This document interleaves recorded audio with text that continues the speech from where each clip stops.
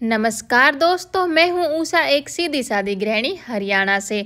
आप देख रहे हैं मिसेज हरियाणा लाइफ। यहाँ मिलेगी आपको मेरी सच्ची और असली ज़िंदगी, रिश्तों से लेकर रसोई तक। कहिए कैसे हैं आप? उम्मीद करती हूँ आप मस्त होंगे, स्वस्थ होंगे और व्यस्त होंगे, क्योंकि जो व्यस्त है वही तो स्वस्थ है। तो दोस्तों, ये व्लॉग है 2-3 दिन पहले का, जब मैंने व्लॉग डाला नहीं था और बच्चे घर पर थे। तो कुछ व्लॉग मैंने शूट किया था।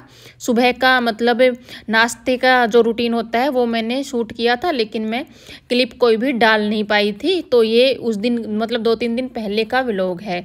तो बच्चे घर पर थे उस दिन और बच्चों की फरमाइश थी कि आलू के पराठे बनाए जाएं। जब बच्चे घर पे होते हैं तो सुबह नहा धो करके अपना काम मैं स्टार्ट कर देती हूँ खाना बनाने का।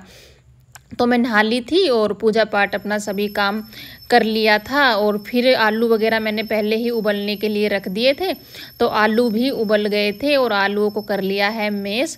और इसमें डाल लिए हैं बेसिक मसाले, नमक, मिर्च, हल्दी, धनिया, चाट मसाला, अमचूर पाउडर, अजवाइन और थोड़ी सी कस्तूरी मेथी। सब डाल करके मिक्स कर लिया था और स्टफिंग बन करके मेरी तैयार हो गई थी। तो इस वक्त मुझे एक बात याद आ गई थी, तो मैंने सोचा आप लोगों के साथ भी शेयर कर लेती हूँ। जो आलू की स्टफिंग जिस बाउल में मैंने बनाई है अभी, मतलब उस बाउल से बहुत ज़्यादा मतलब मेमोरी जुड़ी हुई है। ये एक मतलब डिनर सेट था, जिसमें प्लास्टिक का जो सेट होता है ना, जिसमें मतलब खाना वगैरह सर्व करते हैं। तो ये पूरा एक सेट था। जब मेरे पापा पेट्रोल पंप पर काम करते थे ना, तो मेरे पापा को दीपावली पर ये गिफ्ट में मिला था। तो इसमें मतलब बहुत सी कटोरियाँ भी थी, प्लेट भी थी और तरह तरह के मतलब सर्विंग बाउल भी थे। तो वो मेरी मम्मी ने क्या किया था, जब हमारी शादी हुई ना, तो मेरी मम्मी ने उसको 3 हिस्सों में बट कर दिया था। किसी के पास कटोरियाँ, किसी के पास प्लेट, मतलब कुछ मेरे भाई के पास, कुछ मेरी बहन के पास और कुछ मेरे पास। वो इसलिए कि सभी तीनों भाई बहनों के साथ पापा की यादें रहें जब। तो इसके साथ के 2-3 आइटम और हैं जो अभी मेरे बक्से में ही हैं। ये अभी मैं 2-3 दिन पहले ना कुछ निकाल रही थी। आप लोगों ने भी देखा होगा मेरी किचन में ये नया ही निकला है। तो इसको मैंने ख़रीदा नहीं है, मैंने बक्से में से निकाला है। तो मैंने सोचा वीडियो वगैरह भी बनाते हैं तो इसे यूज़ कर लेते हैं, रखा रखा क्या ही काम देगा। इसके साथ की जो प्लेटें थी वो मैंने पहले ही निकाल के रखी है, तो इसको भी मैंने निकाल लिया था। तो इसे देखते हैं ना तो सचमुच में पापा की याद आती है। और मतलब बचपन के दिन याद आते हैं कि कितने खुश होते थे जब पापा को दीपावली पर कुछ सामान मिलता था ना। तो वही यादें सचमुच में मम्मी ने जैसा कहा था ना वैसा ही होता है, मतलब यादें ताज़ा हो जाती हैं। तो ये थी एक छोटी सी मेरी बचपन की बात जो आपके साथ मैंने शेयर की है। और यहाँ पे मेरे पराठे बनकर हो गए हैं रेडी और बच्चे भी खाने के लिए तैयार हैं। तो बच्चों के लिए पहले डाल कर दे दिया था और उसके बाद मैं लगा रही हूँ अपने लिए प्लेट। पराठों के साथ मैंने बनाया है बूंदी का रायता। दही के लिए बच्चों ने मना कर दिया था, तो बच्चे बोले मम्मी रायता बना लो, तो रायते के साथ ही खाएंगे, तो इसीलिए रायता बना लिया था। तो सुबह का खाना वगैरह हमने खा लिया था और अभी ना हल्की हल्की बारिश आने लग गई थी। तो बाहर थोड़ा बहुत मतलब सामान रहता है, पहले मैंने उसको उठाया और बारिश को देखते हुए फिर बना ली 1 कप अपने लिए चाय, क्योंकि मौसम जब अच्छा होता है ना तो चाय पीने का तो मन हो ही जाता है। और बच्चे अंदर हैं, बच्चे देख रहे हैं टीवी और मैं यहाँ पर बैठकर रिलैक्स आराम से पी रही हूँ चाय। तो इसके बाद फिर उस दिन मैंने कोई भी क्लिप शूट नहीं की थी, मन नहीं हुआ था। कभी कभी होता है कि मन नहीं होता है व्लॉग वगैरह शूट करने का, इसलिए मैंने नहीं किया था। तो फिर ये छोटा सा ही व्लॉग में क्या ही डालती, इसलिए मैंने नहीं डाला था। फिर आगे का जो ये व्लॉग है ये है कल का। इसके पहले का व्लॉग मैंने आपके साथ शेयर किया था, काम ख़त्म होने पर मैंने चाय बनाई थी और वहाँ पर फिर व्लॉग को मैंने एंड कर दिया था। और दाल मैंने कल के व्लॉग में चढ़ाई थी, आपने देखा होगा। तो उस दाल में अभी मैंने लगा दिया था तड़का, और सुबह के जो बर्तन थे वो मैं इस टाइम पर यहाँ पे जचा रही हूँ, क्योंकि टोकरा खाली हो जाएगा तो बाकी के दोपहर के जो बर्तन भी साफ़ होंगे तो उन्हें इसमें डाल देंगे। तो छौंक तो मैंने दाल में लगा ही दिया था और मसाला भून रहा था, तब तक बर्तन जचा दिए। और यहाँ पर अब मैंने इसमें दाल मिक्स कर दी है। तो बीच में कल के व्लॉग में जैसे मैंने बताया ना, ये कल के व्लॉग के आगे का ही व्लॉग है। तो कल के व्लॉग में मैंने टोकरी धोई थी जिसमें आलू प्याज रखते हैं। आलू प्याज कम ही रखे हुए थे तो मैंने सोचा इसे धो देती हूँ।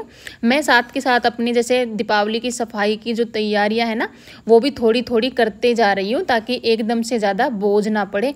क्योंकि एक तो हम झाड़ा पोंछी भी करें और फिर एक एक आइटम को धोएं एक ही दिन में, तो काम ज़्यादा हो जाता है और थकान भी बहुत ज़्यादा हो जाती है। इसलिए थोड़ा थोड़ा करके मैं अपना डेली में समेट रही हूँ। तो इसको मैंने धो दिया था। और ये टोकरी है, ये भी मतलब इसके साथ भी एक यादें जुड़ी है। ये टोकरी है मेरे बेंगलोर की। जब मैं बेंगलोर में रहती थी ना, वहाँ पे मैंने इस टोकरी को ख़रीदा था और अभी तक ये बहुत अच्छे से चल रही है। कलर इसका ज़रूर फेल्ड हो गया है, लेकिन कहीं से भी टूटी फूटी नहीं है। और बेंगलोर से आए हुए मुझे कम से कम 14-15 साल हो गई हैं और तभी से ये मेरे पास है। तो होता है हर चीज़ से कुछ ना कुछ यादें जुड़ी होती है, तो देखते हैं तो बातें याद आ जाती है। यहाँ पे दाल मेरी बन करके हो गई है तैयार और चावल मैंने पहले ही बना दिए हैं। तो दाल और चावल दोनों ही रेडी हो गए हैं। बच्चे आएंगे तो मतलब अपना सीधा आकर के खाना खा लेंगे। उसके बाद कुछ कपड़े हैं जो मैंने नीचे सुखा के रखे थे। फिर जब मैंने नीचे का काम ख़त्म किया ना, तो इनको मैं ऊपर लेके आ गई थी और थोड़ी देर धूप पर डाल दिया था, ऐसे ही चारपाई के ऊपर, ताकि थोड़ी धूप भी लग जाए। तो ऐसा होता है नीचे सुखाते हैं तो स्माइल सी हो जाती है कपड़े में, तो वो ना हो। तो इनकी तह मैं करूँगी बाद में आकर के ऊपर। तो मैं बहुत ज़्यादा थक गई थी। उसके बाद मैं चली गई थी नीचे। बच्चों का खाना भी बन चुका है, तो काम मतलब दोपहर का ऑलमोस्ट ख़त्म ही हो गया है। वैसे काम ख़त्म होने वाला नहीं है, बर्तन भी थोड़े से पड़े हैं और जो मैंने कपड़े दिखाए वो भी हैं। तो दोस्तों सोचा तो ये था कि थोड़ी देर आराम कर लेती हूँ, लेकिन मेरे को दिख रहा है वो ब्लाउज जो मुझे सिलना है, तो हर सिर पर आ रहे हैं, काम इकट्ठा होता जा रहा है। तो नींद को बाय बोल के आलस को ख़त्म करके आ गई हूँ ऊपर। और मन तो नहीं है, लेकिन ब्लाउज कट करूँगी, जितना सिलेगा उतना सिलूँगी। सोच रही हूँ आगे आगे का पार्ट तैयार कर देती हूँ। आज कुछ फ्रंट जो नेक है ना, वो कुछ अलग बनाने का सोच रही हूँ, जिसमें थोड़ा दिमाग भी लगेगा और जो बिगड़ भी सकता है, लेकिन वो ट्रेंडिंग में चल रहा है। तो मैं ये सोच रही हूँ ट्राई कर लेते हैं, फिर चाहे बिगड़े चाहे सुधरे। ब्लाउजों की मेरे पास कमी नहीं है, तो एक बार ट्राई ज़रूर करूँगी कि वो फ्रंट नेक कैसा बनता है। तो इसलिए जो फ्रंट का हिस्सा है ना, वो रेडी कर लेती हूँ, कट कर लेती हूँ, फ्रंट का हिस्सा रेडी कर लेती हूँ। फिर बाद में कल देखेंगे आगे का, क्योंकि काम मेरा और भी बहुत बाकी है। कपड़े पड़े हुए हैं फोल्ड करने के लिए, बर्तन पड़े हैं, दोपहर में जो खाना बना था बर्तन अभी साफ़ नहीं हुए हैं। काम कभी ख़त्म ही नहीं होता है, मतलब एक्स्ट्रा काम लगे ही रहते हैं। जैसा मैंने बताया मन तो नहीं कर रहा था, लेकिन त्योहारों का टाइम है, आलस करने से काम नहीं चलेगा, तो इसलिए मैं अपने काम पर लग गई थी। और जो अस्तर और ब्लाउज है दोनों को मैंने प्रेस कर लिया था। और ये जो ब्लाउज है इसके हिसाब से मैं बनाने वाली हूँ। थोड़ा इसमें चेंज आने वाला है गले में, वो मैं आपको साथ शेयर कर दूँगी। मैं इसको रेडी करने वाली हूँ 12 इंच, तो 13 मैंने पीछे का पर्त लिया है और जो आगे का है वो 1 इंच एक्स्ट्रा लिया है। मोटी मोटी बातें मैं आपको बता दूँगी। और मैंने इसके शोल्डर लिए हैं 6.5 इंच, क्योंकि इसमें गले में मतलब बदलाव आने वाला है। अगर नॉर्मल हम डीप नेक बनाते हैं तो 5.5 मैं लेती हूँ 32 चेस्ट में, लेकिन आज मैंने 6.5 लिया है। बोट नेक के हिसाब से हम इसे कट करेंगे। और आर्म होल भी मैंने 6 लिया है। यहाँ पे तीरा कट कर लिया है, आगे से 3 इंच और पीछे से 2 इंच, और ऊपर ये थोड़ा सा चढ़ा करके इस पर मार्क कर दिया है। इसी हिसाब से मैं कट करती हूँ।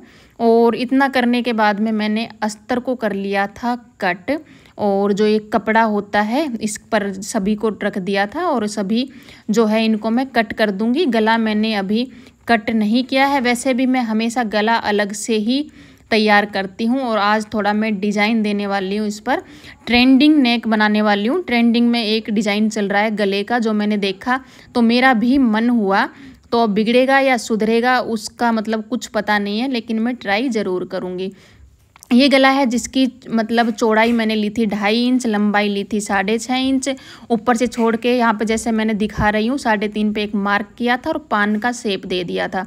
बाद में 1.5 इंच छोड़ के एक मार्क किया था और इस मार्क से ऊपर से छोड़ के 5 इंच पर एक मार्क किया था और फिर जो 3.5 पे वो मार्क किया था और 5 पे मार्क किया था, उनको दोनों को मिक्स कर दिया है, मिला दिया है। तो गले का शेप कुछ इस तरीके से बनने वाला है, जो आपको लास्ट में देखोगे तो पता चलेगा कि किस तरीके का लुक आने वाला है। और जब पहन के देखेंगे कि अच्छा बनेगा या फिर बिगड़ेगा, कुछ नहीं कह सकते हैं। कुछ भी नया करते हैं तो थोड़ा डर तो लगता ही है, लेकिन ऐसा नहीं है कि जब भी कुछ नया करते हैं तो असफल ही होते हैं। बहुत बार सफल भी हो जाते हैं और जब सफल होते हैं तो खुशी हमारी बहुत ज़्यादा बढ़ जाती है। तो देखते हैं कि कैसा सिल करके तैयार होता है। तो इस तरीके से डिज़ाइन मेरा बन करके तैयार हो गया है। अस्तर पे मतलब मैंने इसको कट किया है और उसके बाद इसमें ज़रूरत पड़ने वाली है 2 बद्दियों की, तो वो भी मैंने सील करके तैयार कर ली है। बद्दी थोड़ी पतली ही सीलनी है क्योंकि ये हमारे आगे दिखने वाली है गले में। ज़्यादा मोटा इनको नहीं सीलना है। मोटा जैसे बद्दी सिलता है ना तो उसमें ज़्यादा सफाई नहीं आती है और बिल्कुल भी मतलब भद्दा दिखता है। तो यहाँ पे मैंने आगे का जो फ्रंट है ना उसको मैं तैयार कर रही हूँ। जैसे जो नीचे का तीरा होता है वो और जो चुन्नट वगैरह होती हैं वो, तो वो सभी मैं डाल करके आगे का जो पर्थ है वो तैयार कर रही हूँ। और उसके बाद में फिर मैं इसमें जो गले का आगे का जो हिस्सा बचा है उसको तैयार करूँगी। और बच्चे भी आ गए थे, बच्चों ने खाना वगैरह सब खा लिया था। और जैसा मैंने बताया बर्तन अभी मेरे पड़े हुए हैं, बर्तन साफ़ नहीं किए हैं अभी मैंने। और इस तरीके से ये बन करके कुछ तैयार हो गया है आगे का हिस्सा। गला अभी भी इसमें नहीं बना है। वैसे मैंने यहाँ पर ना एक गलती कर दी थी। मुझे पहले गला बनाना था ताकि कोई झोल वगैरह ना आए, कोई चुन्नट वगैरह ना पड़े, लेकिन ये गलती मैंने कर दी थी। तो अभी मुझे देखना है कि कैसे इस गलती को सुधारना है ताकि मेरा जो गला है ब्लाउज़ का वो बिगड़े नहीं। तो इससे आल पिन से लेकर के इस गले को मैंने अटैच कर लिया था और पूरा ही जैसे चारों तरफ से आप देख सकते हो मैंने सिलाई लगा ली थी। और अभी इसको हम कट कर देंगे जैसे नॉर्मल गला बनाते हैं, जैसा शेप होता है उसी तरीके से हम उसे कट करते हैं। तो इसका शेप इस तरीके से है, तो ये भी मैंने कट कर दिया है। तो छोटी सी गलती मैंने कर दी थी, जैसा मैंने बताया पहले गला बनाना था, बाद में चुन्नटें वगैरह डालनी थी। पर एक बार कुछ गलती करते हैं तो दूसरी बार कुछ सीखते हैं। मेरा तो यही है, हमेशा ऐसा हो जाता है काफ़ी बार। तो यहाँ पे कट लगा लूँगी मैं यहाँ पे छोटे छोटे, ताकि फिनिशिंग जो है अच्छे से आ सके। पूरा ब्लाउज़ मैं शेयर नहीं कर सकती हूँ क्योंकि मुझे भी ना टाइम नहीं है। त्योहार का टाइम है, आप सभी को पता है, बहुत ज़्यादा काम है, मुझे फटाफट से ये तैयार भी करना है। और मैं थकी हुई बहुत ज़्यादा हूँ, सच्ची बता रही हूँ, बहुत थकान महसूस हो रही है। यहाँ पे मैंने पलट लिया था जो पट्टी होती है उसको, और बद्दी भी मैंने इसमें स्टिच कर दी है। तो आप देख सकते हैं कुछ इस तरीके का लुक है। शायद आप लोगों ने देखा भी हो यूट्यूब पर, ये ब्लाउज़ ट्रेंड में चल रहा है, ये ब्लाउज़ का जो नेक है वो। तो यहाँ पे अब फिनिशिंग के लिए इस पर फिर से लगाएंगे एक एक सिलाई, जो कि बहुत ज़रूरी होती है। इससे ना सफाई बहुत ज़्यादा अच्छी आ जाती है। और ये जो सिलाई होती है ना, ये बिल्कुल हमें पास पास लगानी होती है, और ज़्यादा दूर लगाते हैं ना तो बिल्कुल भी अच्छा नहीं दिखता है और भद्दा दिखता है। जितनी सफाई आती है ना कपड़े में, उतना ही कपड़ा बहुत अच्छे से जचता है। तो मैं पूरी कोशिश कर रही हूँ कि पूरा अच्छे से जच जाए। जैसा पहली बार बना रही हूँ वैसा ये ना हो कि बिगड़ गया है। तो आप देख सकते हैं इस तरीके से जो आगे का जो फ्रंट है वो मेरा बन करके तैयार हो गया है। काफ़ी बार बोलने में कुछ गलतियां कर देते हैं तो उसके लिए माफ़ी चाहती हूँ। तो दिन ढल गया है और अभी जो आगे का जो ब्लाउज़ है वो मैं तैयार नहीं कर सकती थी क्योंकि फिर वो बीच में ही रहने वाला था, तो उसको मैंने छोड़ दिया था। तो कुछ आज नया ट्राई किया और शायद ऐसा लग रहा है देखने से कि सफलता मिल गई है। तो इस बात की खुशी है। बाकी कल पूरा करेंगे और इसको देखेंगे पहन करके कि कैसा लगता है। तो यहाँ पे चाय का लिए बोल दिया था अर्पिता को, और चाय भी बन गई थी। और हाथ में ना छाला सा हो गया था, जैसे मैंने पहले भी बताया ना मेरी कैंची ख़राब होकर के रखी है, तो मतलब कैंची चलाते हैं ना तो अंगूठे में छाले जैसा हो जाता है। तो इस व्लॉग को यहीं पे समाप्त करते हैं।